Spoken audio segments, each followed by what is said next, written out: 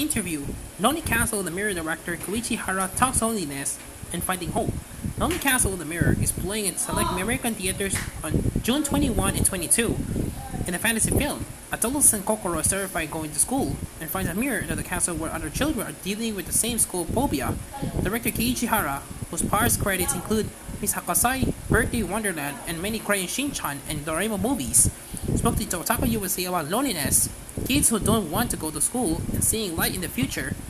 What about the book Lonely Castle in the Mirror made you want to adapt it into a film? The project was brought to me, and that's when I read the book for the first time. I really found that it addressed a lot of issues that kids have today. There was an urgency. It's an issue kids have where what really drew me to make the animation. I was one of those kids who did not want to go to school. Who will make myself sick to get out of school? I think a lot of kids will compare themselves to others and they say, I can do what everyone else is doing, or I can communicate well with my classmates. So you end up in a lonely place. But I think that if you might be lacking in some areas, most of the time these kids end up having a special skill or talent. I personally have worked with a lot of people like that who have these special talents. So addressing it in genre film too. What do you hope audiences take away from the movie? I think first and foremost, I hope people that watch these films see that there's actually no one who is truly lonely.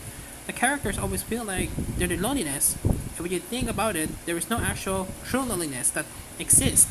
So we hope the people who watch this anime come away with that.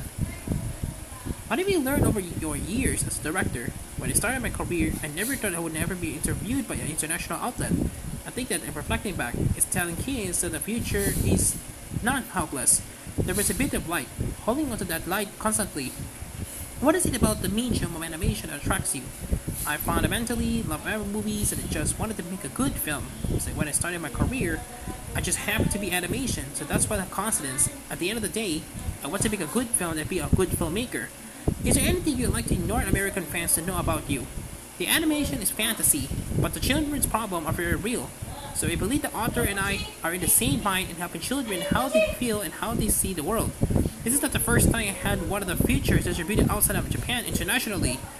I noticed that the interesting parts of my films are parts that touch people. They're usually about the same places as Japanese audiences and audiences outside of Japan. I hope whether it's kids watching or adults watching, I hope that they come out of the movie feeling like they can look forward, that there's something to look forward to.